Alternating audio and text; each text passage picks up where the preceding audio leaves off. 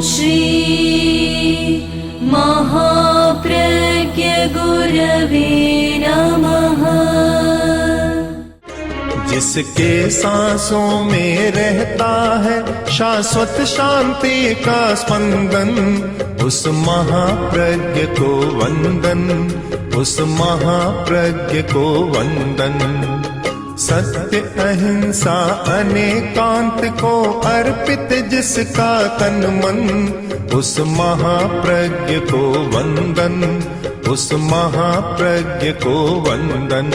जिसके सांसों में रहता है शाश्वत शांति का स्पंदन, उस महाप्रज्ञ को वंदन, उस महाप्रज्ञ को वंदन।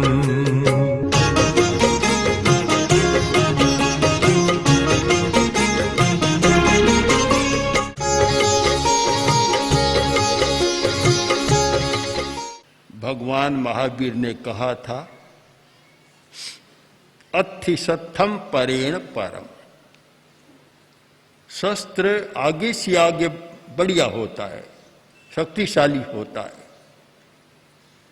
एक ने शस्त्र बनाया, बंदूक बनाई, तो तलवार वाला पीछे रह गया। तलवार बनाई तो लाठी वाला पीछे रह गया। लाठी से तलवार आगे का शस्त्र बना और तलवार से बंदूक आगे की बनी। और ये उत्तरोत्तर शस्त्र का विकास होते होते युग अणुयुग तक पहुंच गया, अणुबम तक पहुंच गया। हिरोशिमा नाकाशी पर अणुबम का प्रयोग किया गया था और उसमें 1,60,000 आदमी एक साथ समाप्त। प्रयोग करने वाले की कितनी करुणा है। शायद करुणा तो मुंह दिखाना बंद कर दिया होगा। कहीं करुणा संवेदनशीलता हो तो आदमी ऐसा काम कर नहीं सकता। जिसमें करुणा होती है वहां 1,60,000 आदमी की बात दूर है, 5 चींटियां भी मर जाती है तो कांप उठता। अनर्थ हो गया, मेरे हाथ से हिंसा हो गई। ये कंपन क्यों होता है? करुणा के कारण, संवेदनशीलता के कारण। करुणा का आधार है कि यह भी मेरे जैसा प्राणी है, मुझे इसके प्राण को लूटने का कोई अधिकार नहीं है। आदमी मार सकता है, प्राण दे नहीं सकता। प्रसंग है बुद्ध का, भगवान बुद्ध का बहुत प्रसिद्ध है। जब डाकू पास में आया तो बुद्ध ने कहा, तुम जाओ और पेड़ की 5-4 पत्तियां तोड़ करके लाओ। फिर गया और डाकू के लिए तो साधारण बात थी, वह तो 5-4 सिर ले आता और 5-4 पत्तियां तोड़कर लाया। ये लो। तो बुद्ध ने कहा, एक काम करो, अब वापस इसको लगा दो। बोला कि तोड़ना तो मेरे हाथ की बात है, वापस लगाना मेरे हाथ की बात नहीं। प्राण लूटना तो हाथ की बात है, पर किसी को प्राण दे देना, मर रहा है प्राण दे देना, यह हर आदमी के हाथ की बात नहीं। तो कितना भयंकर दिन रहा होगा वह।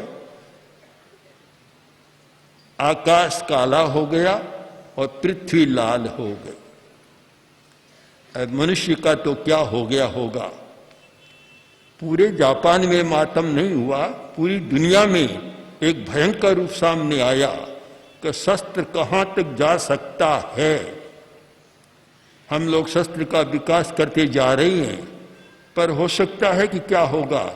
और आगे गणित चला तो गणित यहां तक बढ़ा कि अब उस राष्ट्र के पास इतने घंटों में दुनिया को समाप्त करने की ताकत आ गई है। अमुक राष्ट्र इतने घंटों में पूरे विश्व को नष्ट कर सकता है, मार सकता है, यहां तक पहुंच गया। तब शायद इस सच्चाई को समझने का मौका मिला कि अत्थि सत्थम परेण परम। शस्त्र आगे से आगे भयंकर बनता जा रहा है, एक से एक ज्यादा शस्त्र भयंकर होता है और आदमी विकास कर रहा है। जो पत्थरों, प्रस्तर युग में पत्थरों के शस्त्र बनते थे, प्रस्तर युग से चला जहां पत्थर के शस्त्र बने, लाठी आई, तलवार आई, बंदूक आई, तोप आई, और फिर तो आगे इतना विकास हो गया कि रिवॉल्वर कार, ऐसे ऐसे AK-47 जैसे भयंकर शस्त्र, और उससे आगे प्रक्षेपास्त्र और अणुबम, अणुअस्त्र, हाइड्रोजन बम, न जाने कितने बने और आज भी बन सकते हैं। हम दो शब्दों का निर्माण कर सकते हैं, एक शस्त्र चक्षु और एक शास्त्र चक्षु। शस्त्र चक्षु, जो व्यक्ति केवल शस्त्र को ही देखता है, उसकी आंख भी वैसी हो जाती है, उस व्यक्ति को शस्त्र चक्षु कहना अधिक संगत होगा। एक व्यक्ति है शास्त्र चक्षु, बड़ा विचित्र है, ज्यादा अंतर नहीं है। शस्त्र एक मात्रा बढ़ा दो तो शास्त्र बन गया, शस्त्र चक्षु, शास्त्र चक्षु। किंतु अंतर इतना आ गया कि शास्त्र चक्षु वाला व्यक्ति किसी को सताता नहीं है। शास्त्र चक्षु वह होता है जिसका अपने राग द्वेष पर नियंत्रण होता है, न अति राग और न अति द्वेष, दोनों पर नियंत्रण है, कंट्रोल से बाहर नहीं है, या कह दो आपे से बाहर नहीं है। शास्त्र चक्षु।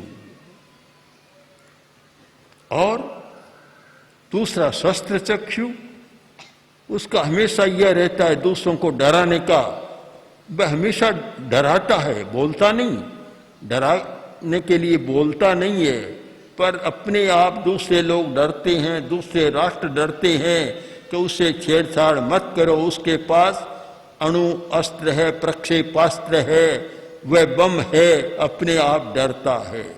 शस्त्र और डर दोनों अलग नहीं है, दोनों एक साथ चलते हैं। शस्त्र से आदमी भी डरता है, पशु पक्षी भी डरते हैं। हमने देखा, रास्ते में भी कई बार देखा कि एक छोटा सा लड़का है, 4-5 वर्ष का, 5-6 वर्ष का होगा, और ऊंट की नकेल लिए चल रहा है, ऊंट को बस में कर रहा है। बड़ी विचित्र बात है, ऊंट तो एक शक्तिशाली जानवर है, छोटा सा लड़का 2 बैलों की जोड़ी को ले जा रहा है। बैल बड़े हृष्ट पुष्ट है, हाथ में एक लाठी है उसकी, कुछ भी इधर उधर होता है लाठी की मार देता है। तो बड़े बड़े शक्तिशाली भी शस्त्र से डरते हैं। शस्त्र और डर दोनों के तात्पर्य में अंतर नहीं है। जहां शस्त्र है वहां भय है, और जहां शास्त्र है वहां अभय है, वहां कोई डर नहीं है। तो अब जरूरत है शास्त्र चक्षु बनने की। जब तक शस्त्र चक्षु संसार रहेगा तब तक आतंक भय का वातावरण बना रहेगा और आदमी हमेशा डरता रहेगा, और डर सबसे बुरी चीज है। प्रयोग किया गया था कि बाज, तोता और बिल्ली एक पिंजरे में रख दिया, तीनों के सामने खाने को रख दिया, पर तीनों नहीं खा रहे। कारण एक दूसरे से डर रहे, खा नहीं रहे। डर लगता है तब आदमी खाना ही भूल जाता है। खाना भी तभी होता है जब अभय का वातावरण हो। जहां भय का वातावरण हो वहां खाना तो दूर, कल्पनाओं में ही डूब जाता है आदमी। सबसे बड़ी बात है अभय। अभय देना जो जानता है, अभय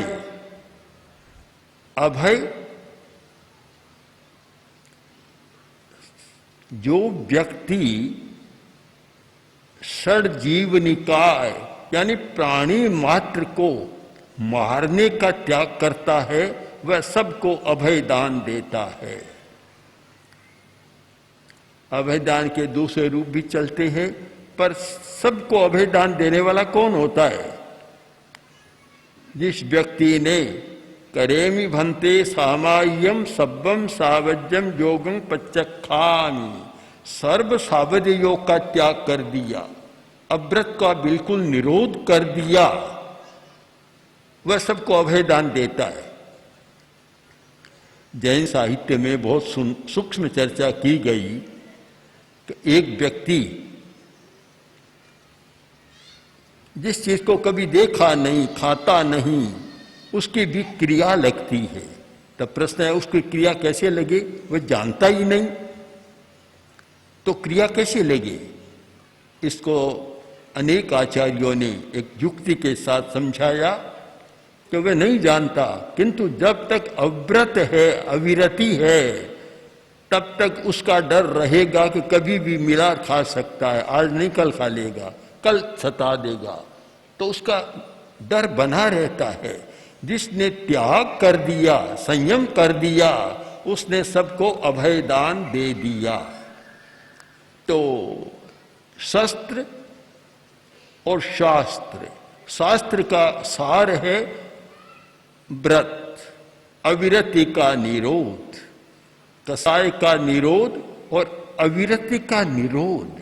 सीमा करो, सीमा कि मैं इतने से ज्यादा वस्तुओं का उपभोग नहीं करूंगा, त्याग कर दिया तो शेष का सब समाप्त हो गया। सूत्र कृतांग में इस विषय में बहुत एक सुंदर आख्यान भी कहा गया है, लिखा गया है कि आदेश हो गया कि 5 राजकुमार है, उसमें से एक को मैं अवश्य मारूंगा। नाम नहीं बताया, एक को मारूंगा। कौन डर रहा है? कौन डर रहा है? 5 डर रही है। नाम नहीं खोला कि अमुक को मारूंगा, 5 में से एक को मारूंगा, मारेगा एक को, डर रहे हैं सारे। अब जब नाम खोल दिया कि अमुक को मारूंगा तो 4 अभय हो गई।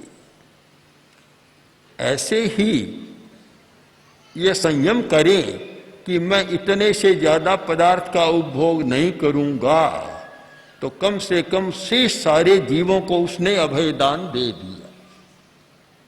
केवल उतनों को नहीं दिया। उदाहरण ले लें कि मैं एक वनस्पति, कोई भी सजीव वस्तु, उसको छोड़कर शेष सजीव वस्तु का आहार नहीं करूंगा, तो उसने एक को तो रखा, शेष सबको अभय दान दे दिया। पर यह कब होता है कि व्रत की भावना, जब तक अविरति है, अव्रत है, तब तक वह डर सबको बना रहता है। इसीलिए कहा गया एक साधु है, वह सब जीवों का रक्षक है। रक्षक क्या कोई बचाता है क्या? साधु बचाता नहीं है, कहीं जाता नहीं है बचाने को भी। सब जीवों का, 6 जीव निकाय के जीवों का रक्षक है। इसका तात्पर्य उसने सबको अभय दान दे दिया। अभय दान दे दिया उसने, इसलिए रक्षक बन गया। हम इस सारे प्रसंग में एक संकल्प लें, एक चिंतन करें कि शास्त्र चक्षु का विकास होना चाहिए। यह तो एक आश्चर्य की बात है कि एक और विश्व शांति की चर्चा भी शिखर पर है। बड़े बड़े राष्ट्र विश्व शांति की चर्चा करते हैं। संयुक्त राष्ट्र संघ में विश्व शांति की चर्चा होती है और वहां बड़े बड़े राष्ट्र इकट्ठे होकर उस चर्चा में भाग लेते हैं।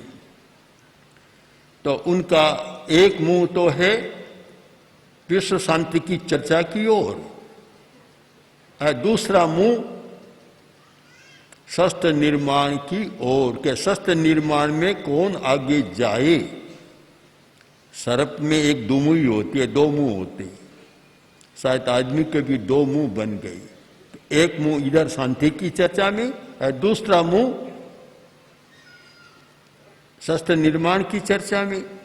और शस्त्र निर्माण का मतलब लड़ाई, युद्ध, एक बड़ी विचित्र मनोदशा है। आज का एक तर्क भी है और उस तर्क में कुछ सच्चाई नहीं है, यह भी नहीं कह सकते कि उनका तर्क यह है कि शस्त्र एक शक्ति संतुलन का साधन है, शांति का साधन है। पहले बात बात में लड़ पड़ते थे, थोड़ी सी समस्या होती और तलवारें निकल जाती। आज ऐसा नहीं होता। क्यों नहीं होता? एक राष्ट्र के पास अणुअस्त्र है और सामने वाले राष्ट्र के पास भी अणुअस्त्र है, तो सहसा युद्ध करने का साहस नहीं करता, डरता है कि मैंने कर दिया तो सामने वाला प्रयोग करेगा तो एक जन संहार हो सकता है। अगर एक देश में लाखों आदमी मर सकते हैं तो दूसरा भी बच नहीं सकता। बहुत सारे जो उग्र लोग होते हैं, उग्र विचार वाले, और कहते हैं कि आक्रमण कर देना चाहिए। कभी कभी आता है हिंदुस्तान को भी आक्रमण कर देना चाहिए, पर इस बात पर ध्यान नहीं देते कि आक्रमण का परिणाम क्या होगा। तुम करोगे तो सामने वाले राष्ट्र के पास भी अणुअस्त्र हैं और उसने फिर किया तो कितना संहार होगा। तो एक प्रकार से तो ये शक्ति संतुलन बना हुआ है, शक्ति संतुलन शांति का साधन भी बना हुआ है, किंतु अंततः खतरनाक है। आखिर शस्त्र खतरनाक है। किसी व्यक्ति में या कुछ व्यक्तियों में कभी पागलपन सवार हो जाए, उन्माद आ जाए, आवेश में आ जाए और बटन दबा दे, तो फिर वह यह नहीं देखता कि मेरे राष्ट्र का क्या होगा। एक विश्व के लिए भयंकर हो सकता है। यानी सांप को पालना खतरे से बाहर नहीं है, खतरनाक हो सकता है। कभी न कभी होता है। बहुत सांप को पालने वाले हैं जिनको यहाँ कालबेलिया कहते हैं, या और भी कुछ लोग हैं। हमने उदयपुर में वो देखा भी, सर्पगृह में रहे जहां सैकड़ों सांप पाले हुए हैं। कभी कभी खतरनाक होता है कि पालने वाले को भी खा जाता है, मर जाता है। आखिर विष को पालना, सांप को पालना और शस्त्र को पालना खतरनाक तो होता है, कभी न कभी हो सकता है। ये भय से परे नहीं है। भय से परे केवल हो सकता है शास्त्र। शास्त्र, हम शास्त्र भी किसको माने? शास्त्र भी तो लड़ाई के कारण बहुत बने हुए हैं। यद्यपि शस्त्र नहीं है, फिर भी शास्त्र भी लड़ाई के कारण है। सांप्रदायिक लोग कितने लड़ते रहते हैं, भयंकर लड़ाइयां होती रहती है सांप्रदायिकों में भी। जिनमें सांप्रदायिक कट्टरता है वे भी लड़ते रहते हैं। तो वहां तो शास्त्र फिर शस्त्र बन जाते हैं। और लड़ते किस आधार पर? शास्त्रों को लेकर। एक ही शास्त्र का एक वचन है, एक संप्रदाय उसकी व्याख्या इस प्रकार करता है और दूसरा उस प्रकार करता है, लड़ाई शुरू हो जाती है। मैंने आंखों देखा है। पूज्य कालूगणी के सामने कोई चर्चा का प्रसंग था और पूज्य कालूगणी ने उसका बताया कि देखो तुम्हारे शास्त्र में यह लिखा है। बस इस बात को लेकर लड़ाई शुरू कर दी, पत्थर फेंकने शुरू कर दी। तो कम तो नहीं होता है, इतना जरूर है कि शास्त्र की बात करने वालों के पास शस्त्र नहीं है। अगर वह होता तो दुनिया का और भी अनर्थ हो जाता। मौखिक लड़ाई, वाचिक लड़ाई, और ज्यादा से ज्यादा तो पत्थर फेंक देते हैं बस। पर शास्त्र किसको माना जाए? जो लड़ाई का साधन बने वह तो फिर शास्त्र भी शस्त्र बन जाता है। एक प्रश्न उठा कि शास्त्र का निर्माण क्यों किया गया? बड़ा अच्छा चिंतन आचार्य ने किया और प्रश्न अपने आप ही उपस्थित किया कि शास्त्र का निर्माण क्यों, उसका उद्देश्य क्या है। हर बात का उद्देश्य हमें समझना चाहिए वो जब तक उद्देश्य और प्रयोजन समझ में न आए तब तक आदमी की कोई प्रवृत्ति नहीं हो सकती। निष्प्रयोजन प्रवृत्ति कभी अच्छी नहीं होती। सुंदर कहा गया है तर्कशास्त्र में कि प्रयोजन मनुद्दिश्य न मंदोपि प्रवर्तते। एक मूर्ख आदमी भी बिना प्रयोजन के कोई काम नहीं करता। कोई आदमी जाएगा तो पूछे कहाँ जा रहे हो, बतला देगा इस काम से जा रहा हूँ, बाजार में खरीदने के लिए जा रहा हूँ, सब्जी लाने के लिए जा रहा हूँ, कपड़ा लाने के लिए, दवा लाने के लिए, कोई न कोई प्रयोजन है तभी वह जाता है। बिना प्रयोजन तो मूर्ख आदमी भी नहीं जाता, बैठा रहता है। तो शास्त्र का प्रयोजन क्या है? बहुत सुंदर समाधान दिया कि समार्थम सर्वशास्त्राणि विहितानि मनीषिभिः सएव सर्वशास्त्रज्ञ यस्य शांतम सदा मनः। कि शास्त्रों का निर्माण शांति के लिए किया गया, शम के लिए किया गया।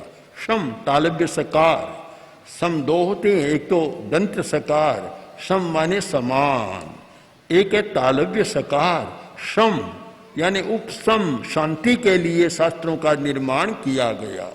शास्त्र निर्माण का प्रयोजन है शांति, मन शांत रहे, इंद्रियां शांत रहे, भावधारा शांत रहे, उत्तेजना न हो, आवेश न हो, उद्वेग न हो। शांति के लिए शास्त्रों का निर्माण किया गया। फिर प्रश्न हुआ कि कौन व्यक्ति है दुनिया में जो सब शास्त्रों का ज्ञाता है? ऐसा कोई व्यक्ति हो सकता है क्या?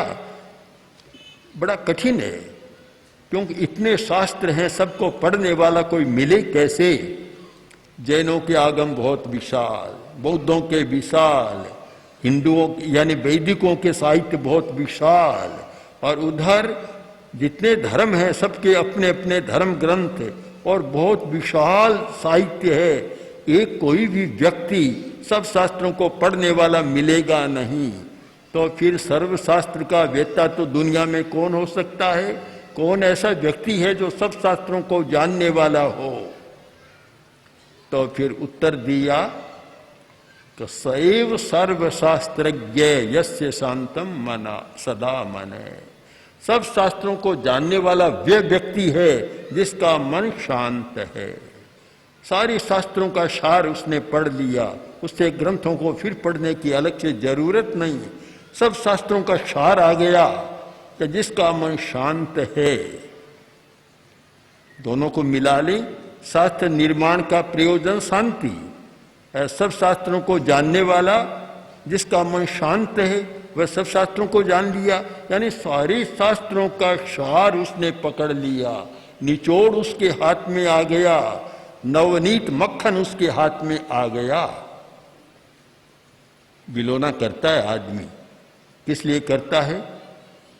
राजस्थानी में बहुत सुंदर कहा गया, सीधी सरल भाषा में, कि ऊनो ठंडो सब करे एक मक्खन रे काज।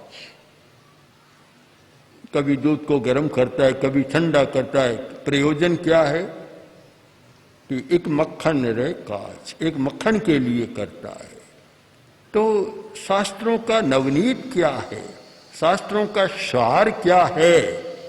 कि जिसने शास्त्र पढ़कर और मन को शांत बना लिया, यह शास्त्रों का सार है।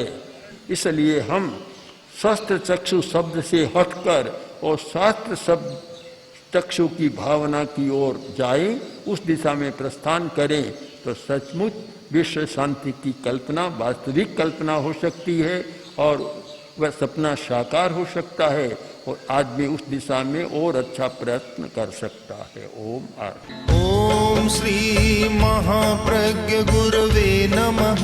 गुरवे नमः, गुरवे नमः। ओम श्री महाप्रज्ञ गुरवे नमः। गुरवे नमः, गुरवे नमः। ओम श्री महाप्रज्ञ गुरवे नमः। गुरवे नमः। ओम श्री महाप्रज्ञ गुरवे